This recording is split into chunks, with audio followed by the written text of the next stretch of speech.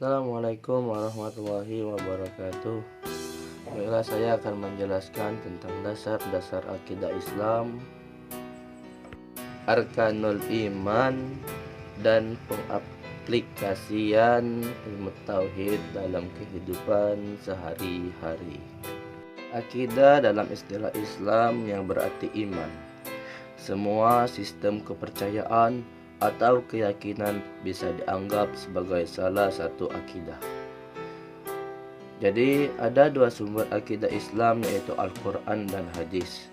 Akidah terdiri dari beberapa ruang lingkup seperti ilahiyat, nubuwat, ruhaniyat, dan sam'iyat. Iman kepada Allah Subhanahu wa Ta'ala merupakan asas dan pokok akan adanya keimanan kepada iman kepada kitabnya, yakni keyakinan yang pasti bahwa Allah Subhanahu wa Ta'ala adalah Rabb dan pemilik segala sesuatu. Dialah satu-satunya pencipta, pengatur segala sesuatu, dan dialah satu-satunya yang berhak disembah, tidak ada sekutu baginya. Iman kepada malaikat adalah mempercayai dan meyakini bahwa Allah Subhanahu wa Ta'ala telah menciptakan malaikat yang diberi tugas untuk mengatur alam dan mengurus perjalanan alam semesta dan tugas tentu lainnya.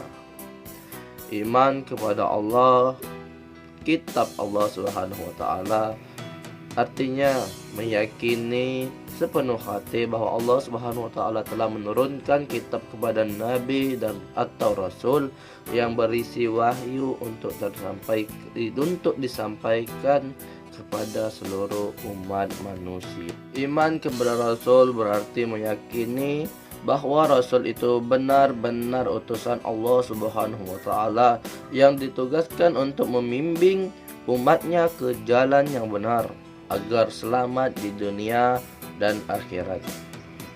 Iman kepada hari kiamat atau hari akhir adalah kepercayaan dan meyakini bahwa seluruh alam termasuk dunia dan seisinya akan mengalami kehancuran.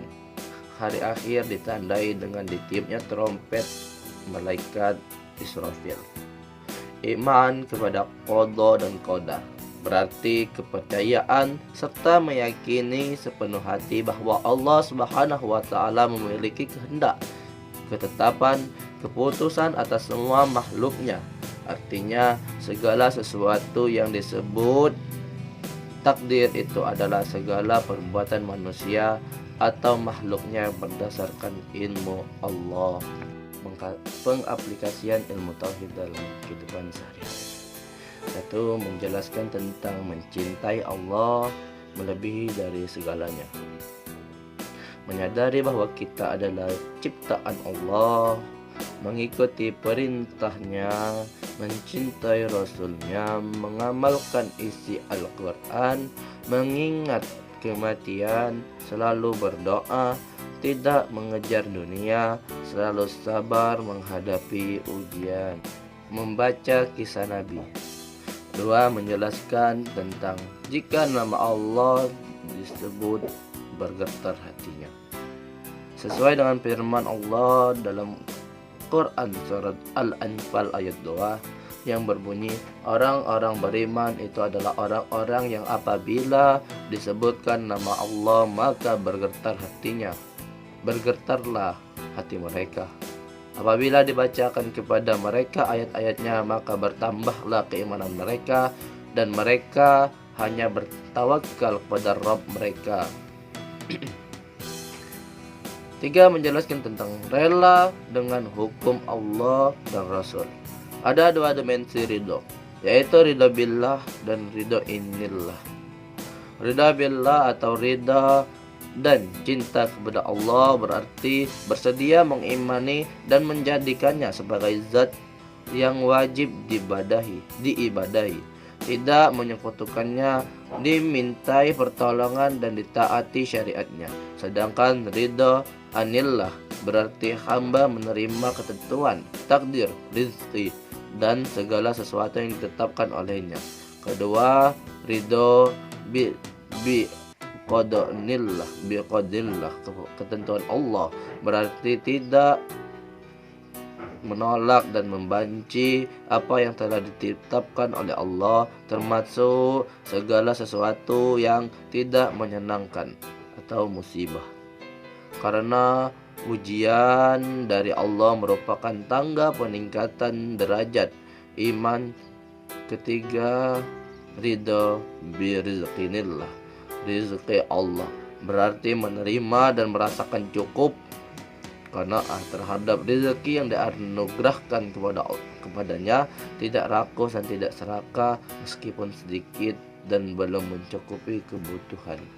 4. Menjelaskan tentang melaksanakan ajaran Islam secara totalitas. Ajaran Islam yang layak tinggi takallah dianut oleh pemeluknya dengan mempersepsikan seolah-olah Islam mengurus akhirat atau menjalankan prinsip-prinsip sekularisme yang memisahkan urusan negara dan agama.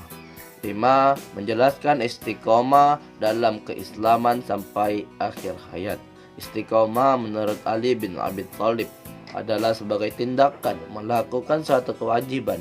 Ibnu Abbas memaknai istiqomah dengan tiga arti. Pertama adalah istiqomah dengan lisan, dengan sikap bertahan dengan membaca syahadat. Kemudian kedua adalah istiqomah dengan hati, yakni dengan melakukan segala dengan disertai niat yang jujur. Dan terakhir adalah istiqomah dengan jiwa, di mana seorang senantiasa menjalankan ibadah serta ketaatan kepada Allah secara terus-menerus.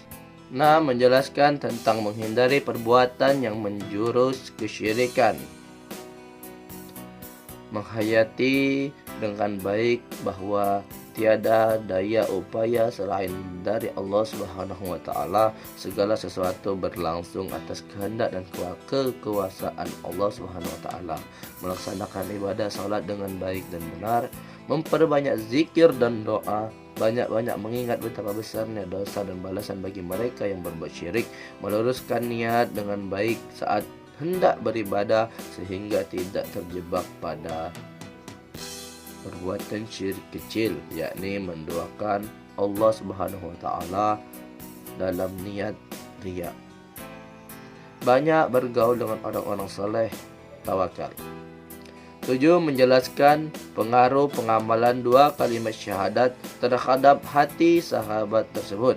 Sangat yakin terhadap petunjuk yang diberikan oleh Rasulullah SAW akan menyelesaikan masalah kesehatan yang dialami oleh saudaranya tersebut. Hal ini sesuai dengan pola hati, perasaan seseorang yang berlandaskan kalimat syahadatain. 8. Menjelaskan tentang pengaruh pengamalan dua kalimat syahadat terhadap akal pola pikir yang berlandasan